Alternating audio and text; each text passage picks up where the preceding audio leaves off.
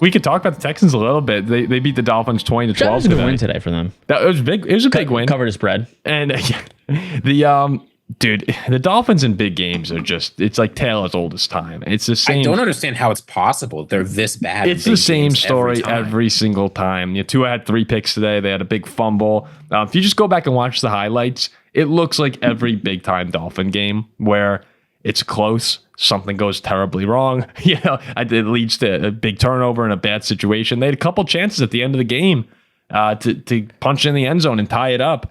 And Tua just kept throwing interceptions, and then he couldn't find a way, and they moved to 6-8 on the season now. And it sucks because I like watching the Dolphins play. We're kind of, producer Zach's a Dolphins fan. We talk about my Uncle Tommy being a Dolphins fan, but in these big moments, Tua just never is able to really step up. The only time we really saw it was against the Bills this year when the defense immediately crumbled right after. So I think that the Dolphins' long-term potential right now, I wouldn't be very happy with this contract we handed Tua. You say competitive, but you just never see it. And you never see him live up to it in the moments that he has to. And that would really, really bum me out when I'm thinking about the future of this team. Yeah, I find myself quite often rooting for the Dolphins when I'm watching them play. They're very likable. Like I do like them. Towards the end of the game, they're down by 8. They convert a huge 4th down to Jonnu Smith, who's been amazing. Who's been great. Remember, you guys made fun of me for talking about Jonnu Smith? Yeah. Yes. No, I do. Yeah. Take it back. I take it back. He's been great. No, he's been awesome, especially he's been amazing late in games too. But then, I've reached a point with them where after that completion where they got a 1st down. I'm like, when is over under 2.5 plays till Tua throws a pick? When is it happening? And nonetheless, he throws a pick 2 plays later.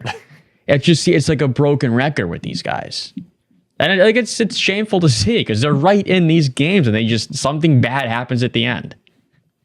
But nonetheless, big win for Tech. Houston at home, covered at -3. Staying atop the... You have thoughts, Ziggy, on this? I mean, I hate to be the sort of guy that talks about this stuff because I don't really believe in curses. I feel like if you're a good team, you should be able to play with anybody. It's just baffling that, like you say, every single time there is an important game for this team, they get pretty close and can't get it done. Like, it doesn't matter if they're playing the Bills in Buffalo. They will get very close and they can't get it done, whether it's of Tua or Skylar freaking Thompson, who got cut from the team. Like, they will play every good team close for the most part, right? That Cardinals game, critical game. Get close, can't get it done. I mean, besides the Seahawks and the time the Bills went to Miami this season, I feel like they've been close in basically every game or they've won. But every single time, right? You go to overtime against the Jets. Like, it's just not there.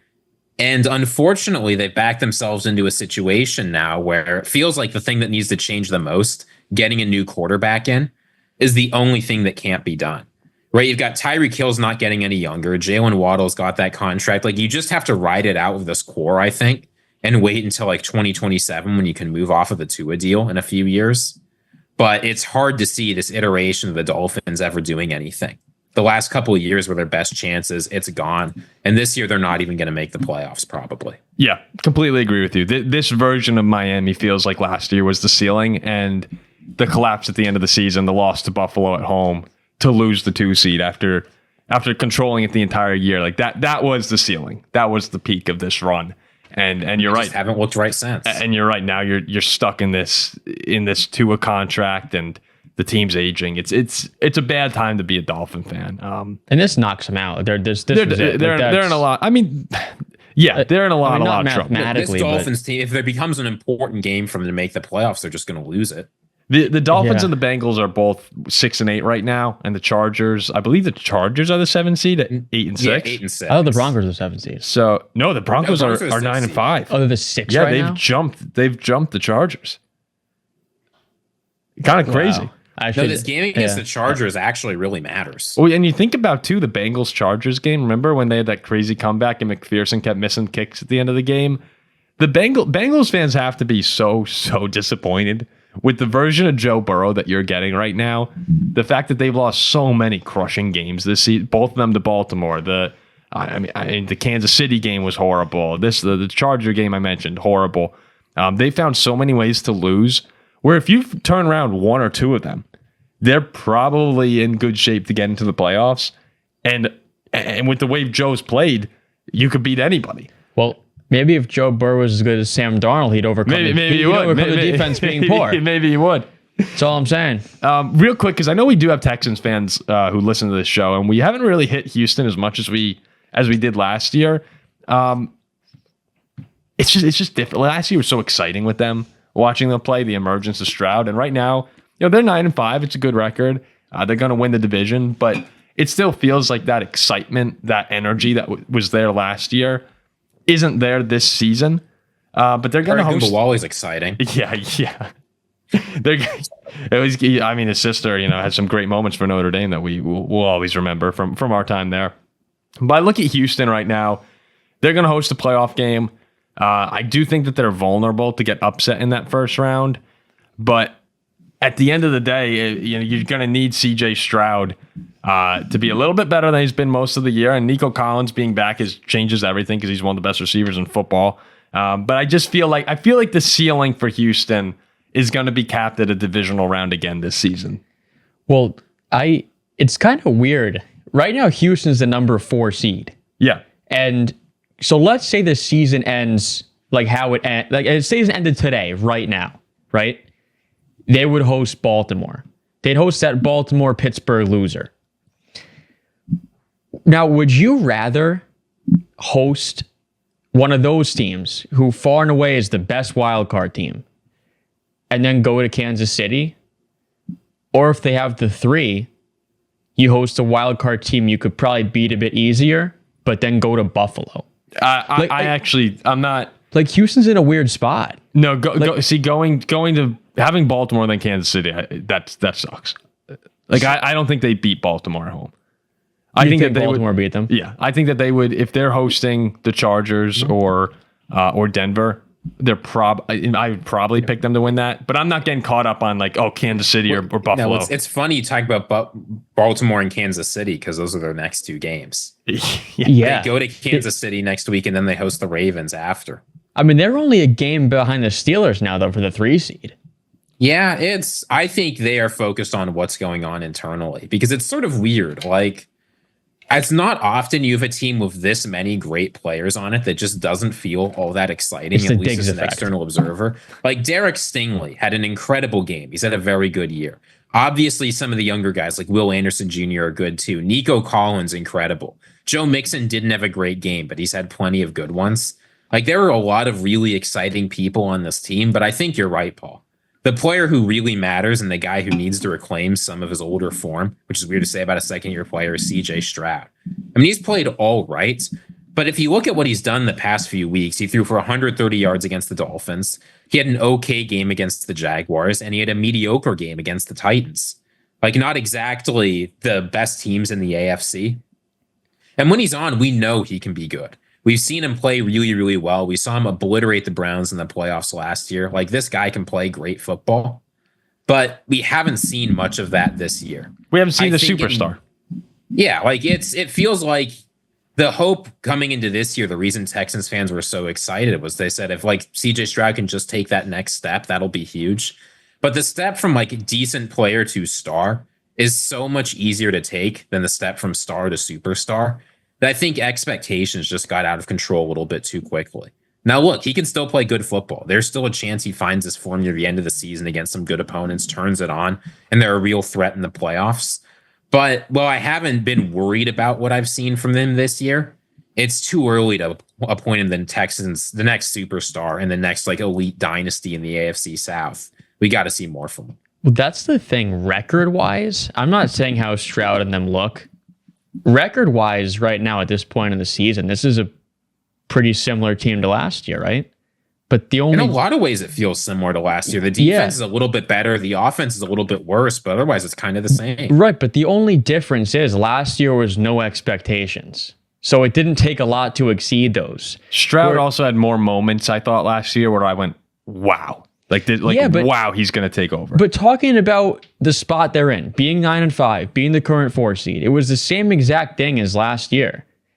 But like with no expectations, it looks great. Now with the expectations they had, I think it's different now because it's underperforming. And they're still having like a good year. They're sitting there at 9-5 and win the division. Yeah, you're right. You're totally right. It is just the expectation that you have. And I think they're still on track to, next year I'll be very good as well. And look, if you wanted to make believers out of everyone, in the next 10 days, you have the Chiefs and the Ravens, like you said, Ziggy. So you're going to have to beat them in the playoffs. Show us right now that you can play with these guys, because the Dolphins, Jaguars, and Titans having those 3 games all be as close as they were, that's not really convincing me that you're going to be able to beat the big boys in the AFC. I do agree, though, that this will end like how last year's ended. I don't see a ceiling past the divisional round on the road. Unless CJ Stroud... Unless he goes into like turbo mode, second level, yeah. He has to enter that or they have no shot. And I think it's in range. Like, there's a possibility. But I feel it's unlikely. And any Texans fans, let us know in the comment section how you're feeling. You guys have a better pulse on your teams than we do as Vikings and Steelers fans. But that's just what the outsider vibe feels like about the Texans. Is like solid team, but capped at this point, I would say. Yeah. Hey, I mean, Texans are 3-point favorites next week. That's got to be. People are worried about the Mahomes ankle injury. Now's the time. And that's got to be, say Mahomes is not playing. Yeah, what's going on? I'm saying if he plays, the Mahomes injury moved it 6.5 points from what it was a few days ago to what it is now. So it's Chiefs -3 initially with Mahomes? Yeah, wide open Chiefs -3. Now it's Texans -3.5. So right now, Albert Breer said it looks like a high ankle sprain for Mahomes. Not aware of the severity. Wait, isn't that like 6 to 8 weeks? Well, it strongly depends. And I mean, someone like Mahomes could play on it. He just wouldn't be nearly as effective. I feel like this happens all the time. This happens basically every year with Mahomes, no? So Mahomes... He hurts his ankle. He comes in. He'll leave the game. He'll throw a tantrum when Reed says you can't go back in. Then he'll come back in later. If Mahomes have some crazy drive. If he has a high ankle sprain, the contenders are Buffalo and Pittsburgh in the AFC. If he has a high ankle sprain, the Chiefs might just sit him out the rest of the season, say we've locked up the division. Maybe we don't get the 1 seed, but we need Patrick Mahomes healthy for the playoffs. Well, that's what I'm looking at is, hey, if he's out, Buffalo has the tiebreaker and they're 2 games back. The Chiefs have who? They have the Steelers. They go to Pittsburgh and they go to Denver. Yeah. And what's their other one? The Texans. The Texans. The Texans. Yeah, the Texans. We've been talking about it. The entire time we've been talking about the Texans. Without Mahomes, you could lose the 1 seed there. You could go 0-3 against. You could go 0-3 there. I mean, you go 0-3 there. If the Steelers went out, you're the 3 seed. We're the 2. Yeah. Right? Yeah. Well, Kansas City Pittsburgh's a 2, KC's a 3. Yeah. Sheesh.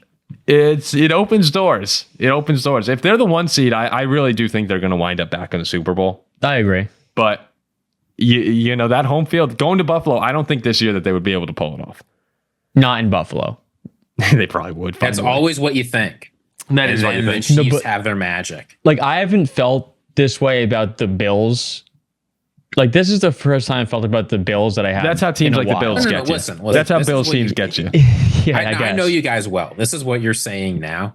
If we really get to that point where it's the AFC Conference Championship and it's the Chiefs heading to Buffalo, I'd pick the Bills. You're going to realize what you're predicting. You're predicting the Buffalo Bills to defeat Patrick Mahomes and the Kansas City Chiefs to go to the Super Bowl. And you're going to change your prediction. I won't, right? Because stuff like that doesn't affect me much. But I don't think you realize what you're saying right now. No, I'll pick the Bills. I think the Bills are 10 times better than the Chiefs right now. Yeah, that'll be one where we'll come on afterwards and we'll be like, yep, you're right, Ziggy. Should have seen it coming. Yes. I don't know how we missed it. If that happens, Tale as old as time. If that happens, I will admit my faults.